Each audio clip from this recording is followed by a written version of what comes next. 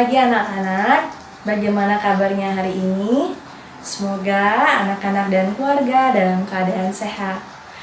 Anak-anak, hari ini apakah sudah siap untuk memulai pembelajaran? Nah, jika sudah siap, anak-anak diharapkan untuk mandi, sarapan, dan mengisi presensi melalui Google Form terlebih dahulu ya. Nah, sebelum mulai belajar, kita akan berdoa bersama. Ibu akan pimpin doanya secara Katolik. Anak-anak boleh ikutin dari rumah. Anak-anak siapkan hati dan pikirannya. Lipat tangan, tutup mata, tundukkan kepala. Mari kita berdoa. Dalam nama Bapa dan Putra dan Roh Kudus. Amin. Terima kasih Tuhan Yesus buat setiap nafas kehidupan Bapa. Tuhan Yesus, kami akan memulai pembelajaran kami hari ini Tuhan. Berkati setiap pembelajaran Tuhan, agar kami dapat mengerti dan memahami apa yang disampaikan oleh Ibu Guru kami. Terima kasih Bapa, terpuji namamu di atas segala bangsa, dalam nama Tuhan Yesus kami berdoa. Amin. Santo Carolus Borromeus, doakanlah kami. Bunda Elizabeth, doakanlah kami. Maria Bintang Samudra, doakanlah kami. Amin. Dalam nama Bapa dan Putra dan Roh Kudus. Amin. Berikut ini adalah KD yang akan kita pelajari pada hari ini, yaitu KD 3.4 dan KD 3.10. Nah, setelah mengetahui KD pada pembelajaran hari ini, adapun tujuan pembelajaran yang ingin kita capai pada hari ini yaitu sebagai berikut. Pada minggu lalu kita telah membahas mengenai hidup sehat dan bersih di rumah. Nah, hari ini apakah anak-anak masih mengingat ciri-ciri hidup sehat dan bersih di rumah? Nah, ciri-ciri lingkungan yang bersih dan sehat di rumah yaitu yang pertama, tidak ada sampah yang berserakan. Yang kedua, udara terasa sejuk atau asri.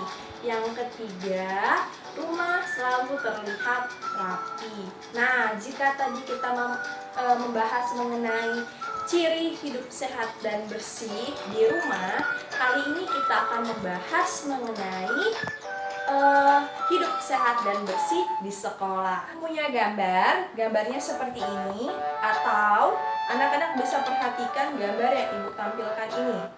Jadi, adakah bisa yang menebak apa yang dilakukan oleh anak-anak ini? Ya, mereka sedang melakukan hidup sehat dan bersih di sekolah. Anak-anak bisa lihat bahwa kegiatan yang mereka lakukan adalah piket kelas. Nah, pada piket kelas ini mencerminkan atau menunjukkan pola hidup sehat dan bersih. Nah, tadi Ibu sudah tampilkan gambar mengenai anak-anak yang sedang melakukan piket kelas. Nah, gambar tersebut ada hubungannya dengan pembelajaran kita pada hari ini, yaitu pada halaman 52 pada buku tema 4. Anak-anak silakan buka bukunya. Ibu akan bacakan teks percakapan pada halaman 52 untuk anak-anak ya. Lomba kebersihan antar kelas tinggal 2 hari lagi. Apa yang harus kita lakukan teman-teman? Menurutku kita harus segera bersiap diri. Setuju, kita harus segera gotong royong. Kemudian, apa yang harus kita siapkan? Kita harus menyiapkan kemoceng, serbet, kain pel, dan vas bunga. Mari kita siapkan alat-alat tersebut. Kita akan menemukan makna dari kosakata berikut. Yang pertama adalah kemoceng. Kemoceng itu maknanya atau artinya pembersih debu. Yang kedua adalah kain pel. Kain pel memiliki makna kain yang digunakan untuk membersihkan lantai. Yang ketiga adalah vas. Vas memiliki arti yaitu tempat bunga. Nah, kata yang keempat adalah bersih. Bersih memiliki makna bebas dari kotoran. Nah, kata yang terakhir yaitu gotong royong yang memiliki makna bekerja bersama-sama. Anak, ibu tadi telah menunjukkan gambar ini, gambar siswa yang sedang piket ini kepada anak-anak. Nah, kira-kira gambar ini itu mirip dengan bangun datar apa ya? Nah, kita sudah belajar pada pembelajaran minggu lalu mengenai bangun datar. Nah, ini ada bentuknya ini mirip sekali dengan bangun datar persegi panjang. Jika ibu buat seperti ini ya, sama jika seperti ini juga bangun datar persegi panjang. Nah, bangun datar persegi panjang itu masuk dalam bangun segi 4. Jadi ada 4 bangun segi 4. Yang pertama adalah persegi, yang kedua persegi panjang, yang ketiga jajar genjang, yang keempat bangun belah ketupat. Namun sebelum kita membahas mengenai ciri-cirinya, ibu akan menjelaskan terlebih dahulu apa yang dimaksud dengan sudut, titik sudut, dan sisi. Kita akan menggunakan contoh dari gambar ini saja biar lebih jelas. Jadi ini kita umpamakan bangun persegi panjang ya. Nah, ibu akan jelaskan mengenai sisi. Nah, sisi itu apa? Sisi itu adalah ruas garis. Jadi ruas garis itu jika kita umpamakan ini. Ini adalah ruas garis, dan ruas garis. Jadi bangun ini punya 4 ruas garis. Nah, yang dimaksud dengan sudut itu adalah pertemuan antar 2 garis. Nah, ini adalah garis nih. Garisnya ada 2, pertemuannya 2. Jadi ini garis pertama kita umpamakan bagian atas dengan bagian sampingnya. Nah, itu dinamakan dengan sudut. Nah, kita akan hitung jumlah sudut pada gambar ini. Kita hitung bersama ya. Jadi ini adalah 1 sudut, garis pertama, garis bagian atas dengan yang di samping, itu 1 sudut. Bagian samping dengan bagian bawahnya, itu 1 sudut lagi, jadi sudut kedua. Nah, kemudian bagian bawah dengan bagian samping, itu sudut yang ketiga. Kemudian bagian samping ini, bagian kanan dengan bagian atas, itu sudut yang keempat. Nah, sekarang kita akan membahas mengenai titik sudut. Bedanya dengan titik sudut, jika tadi sudut pertemuan antar 2 garis tadi, titik sudut itu adalah bagian yang di tengah-tengahnya, yang ini adalah titik sudut. Jadi jumlah titik sudut pada bangun ini ada 1, 2, 3, 4. Nah, jika tadi kita sudah membahas mengenai sudut, titik sudut, dan sisi, kita akan membahas mengenai ciri-ciri daripada bangun yang tadi. Yang pertama ada bangun persegi panjang. Nah, persegi panjang itu memiliki ciri yang pertama yaitu 4 titik sudut. Nah, tadi udah ibu jelaskan nih, persegi panjang punya 4 titik sudut, punya 4 sudut juga, dan punya 2 sisi yang sama panjang. Nah, yang mana bu sisi yang sama panjang? Sisi yang bagian atas dengan bagian bawah itu sama panjangnya, sedangkan sisi yang bagian kiri dan kanan sama panjangnya. Namun berbeda dengan bangun persegi.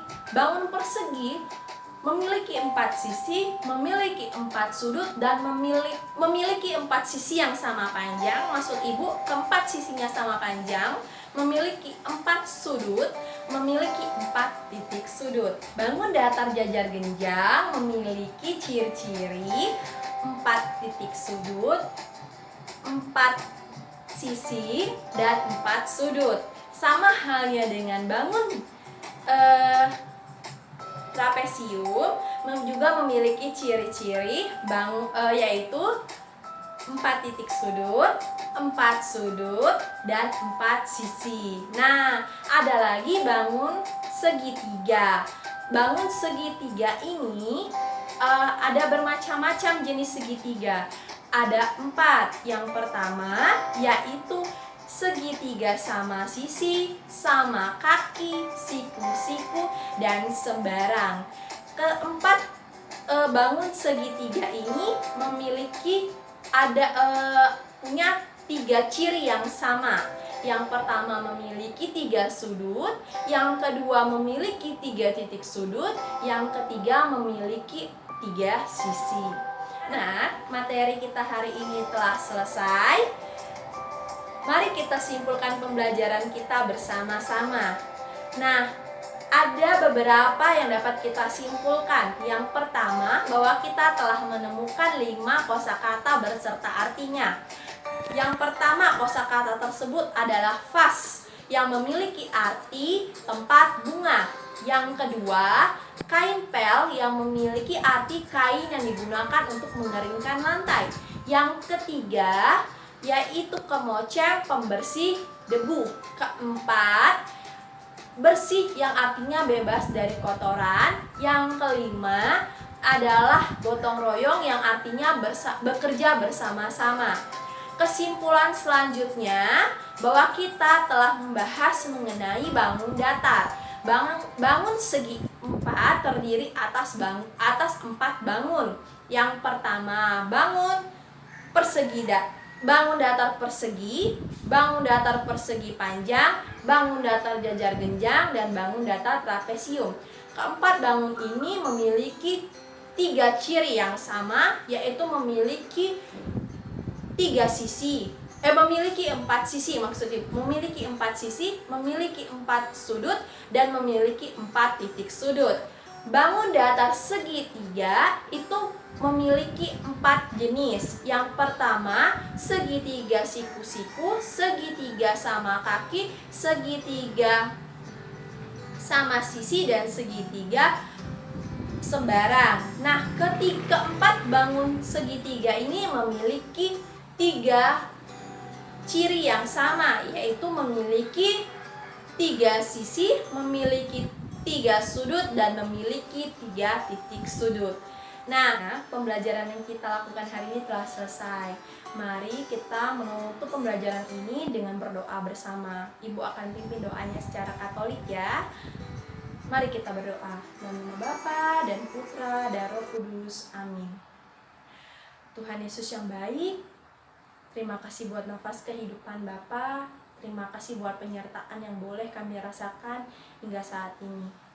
Tuhan Yesus, hari ini kami telah selesai belajar Tuhan. Semoga materi yang disampaikan oleh Ibu Guru dapat kami terima dengan baik. Tuhan Yesus, kami juga berdoa agar pandemi yang kami hadapi saat ini segera berakhir, sehingga kami dapat kembali bersekolah seperti biasa. Berkati setiap aktivitas yang akan kami jalani Tuhan. Terima kasih Bapa. Dalam nama Tuhan Yesus kami berdoa. Amin. Santo Carolus Borromeus, doakanlah kami. Bunda Elizabeth, doakanlah kami. Maria Bintang Samudra, doakanlah kami. Amin. Dalam nama Bapa dan Putra dan Roh Kudus. Amin. Pembelajaran kita pada hari ini telah selesai ya. Semoga apa yang Ibu sampaikan dapat dimengerti oleh anak-anak. Namun, jika ada anak-anak yang belum mengerti, anak-anak boleh tanya dengan Ibu. Jaga selalu kesehatan, tetap semangat ya anak-anak. Walaupun saat ini anak-anak belajar dari rumah, bertemu di pembelajaran berikutnya. Selamat pagi.